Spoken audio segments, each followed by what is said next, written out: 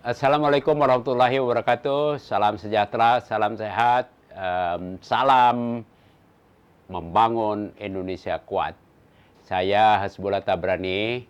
Saya berkonsentrasi pada pelajaran keilmuan, jaminan sosial, jaminan kesehatan, asuransi kesehatan.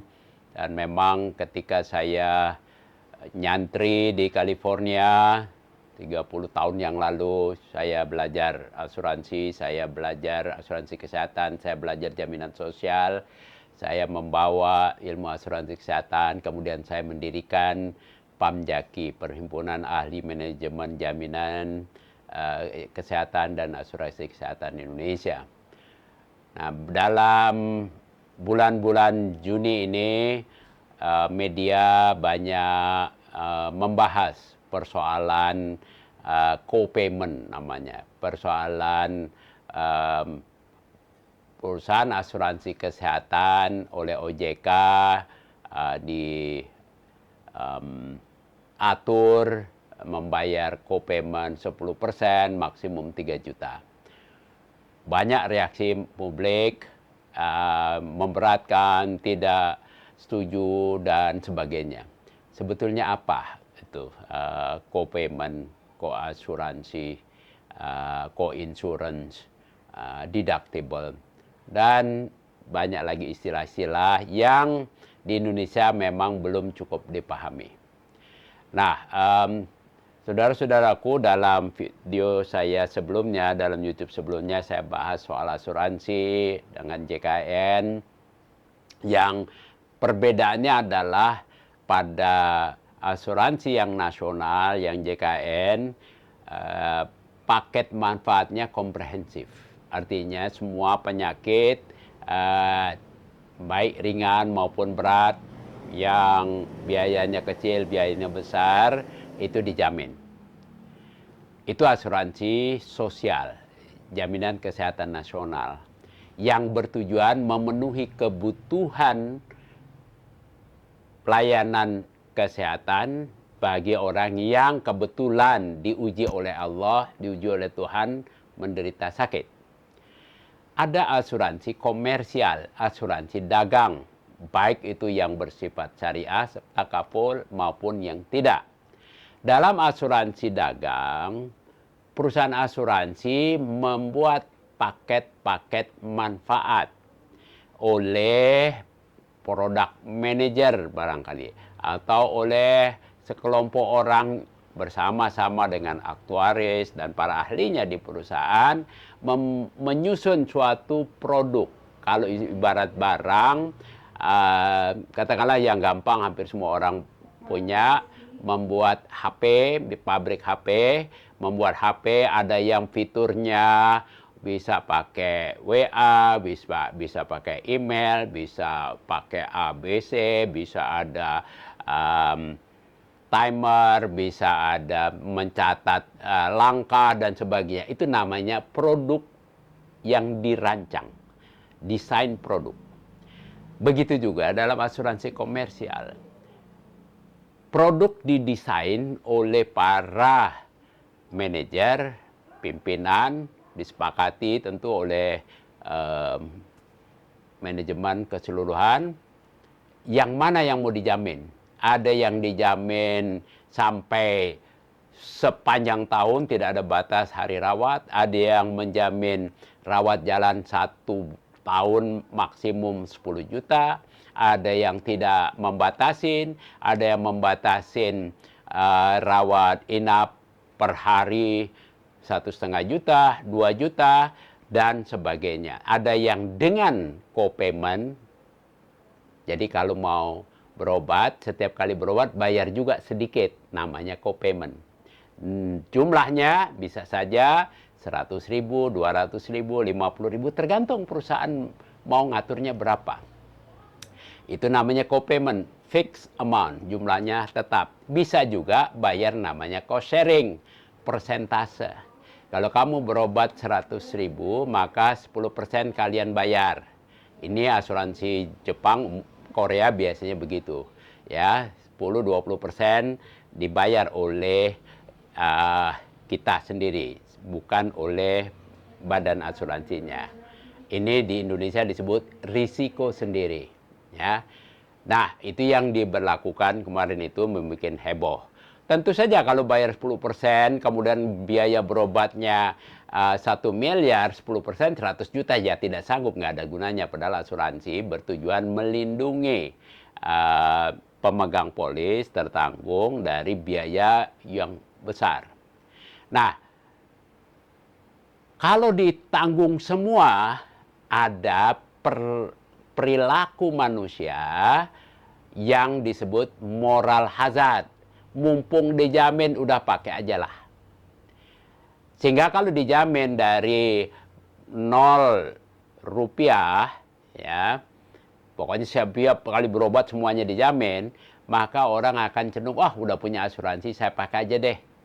Nah, untuk mengendalikan jangan sampai moral hazard ini digunakan, meskipun sakitnya ringan, diada-adakan, datang, konsul, klaim, maka dalam konsep desain produk, untuk menghindari perilaku moral hazard dari sisi peserta, dari sisi tertanggung, dari sisi demand kalau orang asuransi, orang ekonomi, maka diterapkan namanya risiko sendiri, co-payment atau co-insurance, tergantung itu. Tetapi kalau terlalu banyak tentu tidak memenuhi cita-cita tujuan dari asuransi, maka ada batas. Misalnya di sini 3 juta.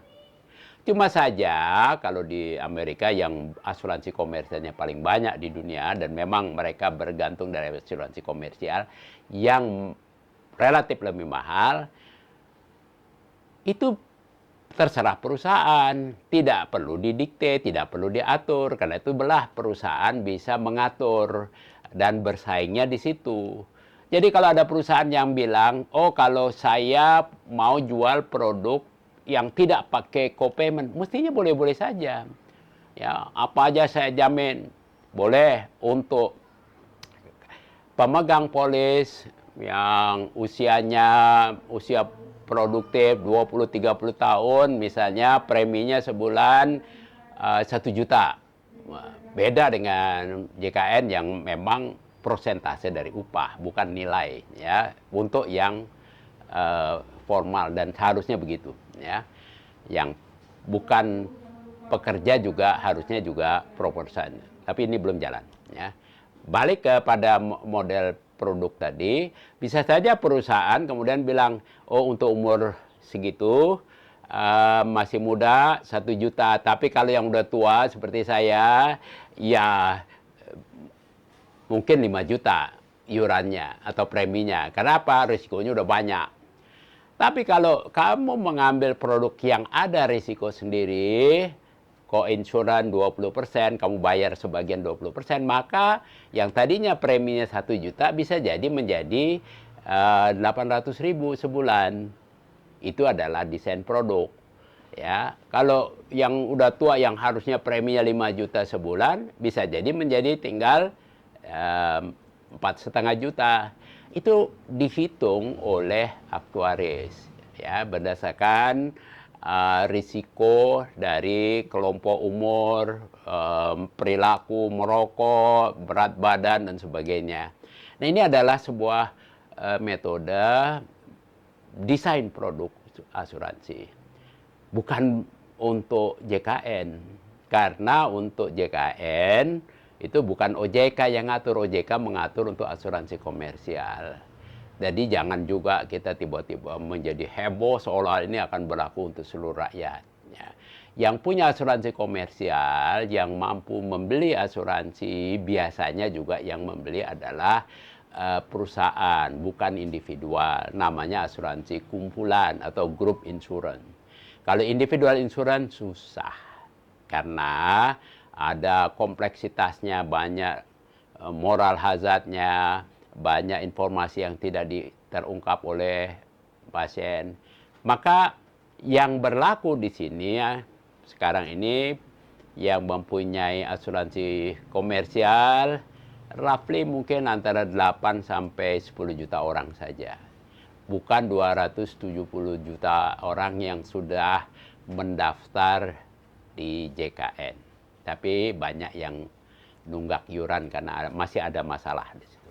Ya, tapi saya fokus ke pemahaman dari co-payment atau co-insurance.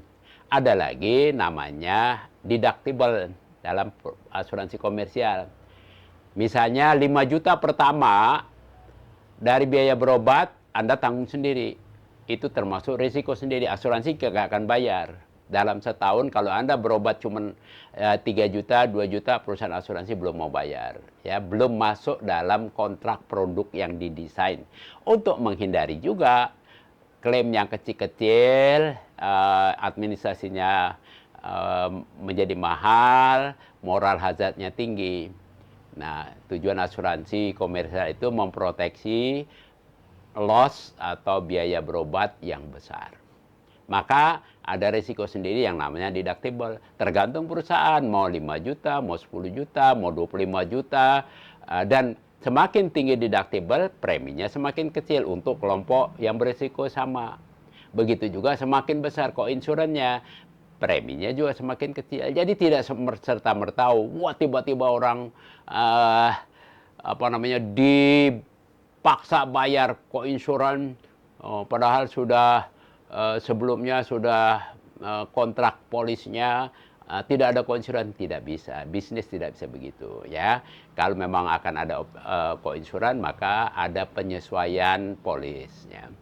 Begitu juga ada namanya limit, ya. Maksimum yang ditanggung.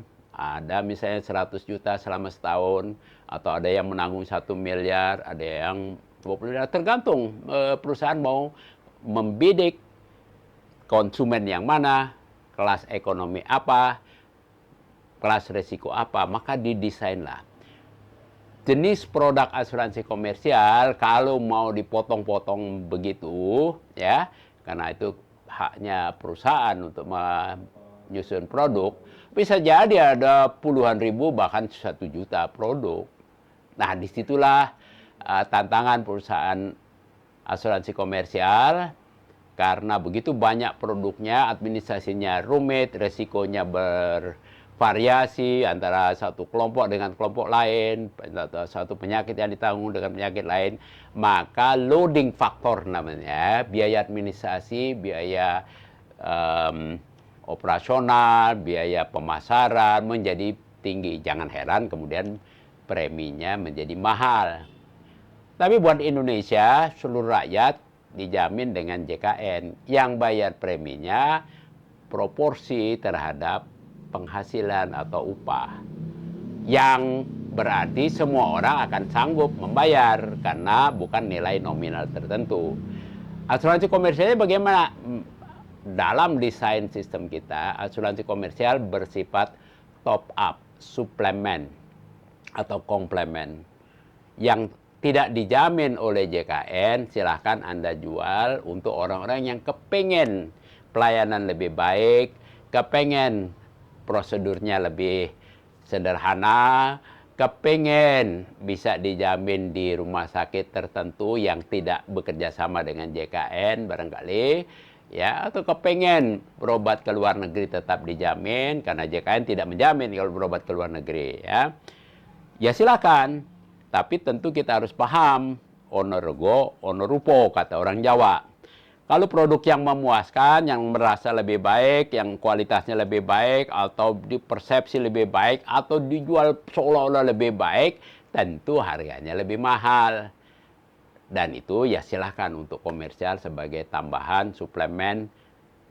Di Indonesia itu legal, itu boleh, marketnya ada, meskipun tidak besar dari segi proporsional. Tapi kalau nilai jumlah orangnya bisa jadi besar. Karena 10% saja yang mau atau yang berkeinginan membeli asuransi komersial, apakah sendiri atau oleh majikannya, artinya ada 28 juta orang. Wah, itu pasar besar, sebesar hampir penduduk Australia atau Malaysia.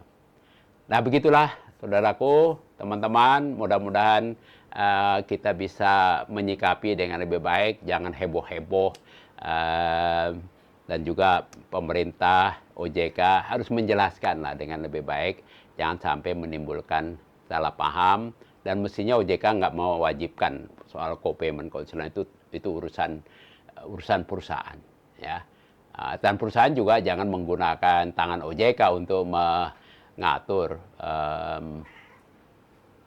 produknya supaya bisa laku dijual. Kalau Anda menjadi pengusaha berbisnis asuransi, pahami semua resikonya, pahami pasarnya, tidak perlu menggunakan tangan-tangan lain. Karena tidak fair menggunakan tangan pemerintah, tangan OJK dan sebagainya untuk membuat produk Anda dibeli oleh masyarakat dan Anda mengambil untung dari situ. Mengambil untung adalah sah, tapi tidak perlu menggunakan kekuatan di luar perusahaan Anda. Gunakan kekuatan di perusahaan Anda dapat untung, itu adalah kehebatan Anda. Dan Anda berhak mendapat keuntungan. Saya kira itu bagian yang mudah-mudahan bisa dipahami banyak orang. Terima kasih, mudah-mudahan bermanfaat. Assalamualaikum warahmatullahi wabarakatuh.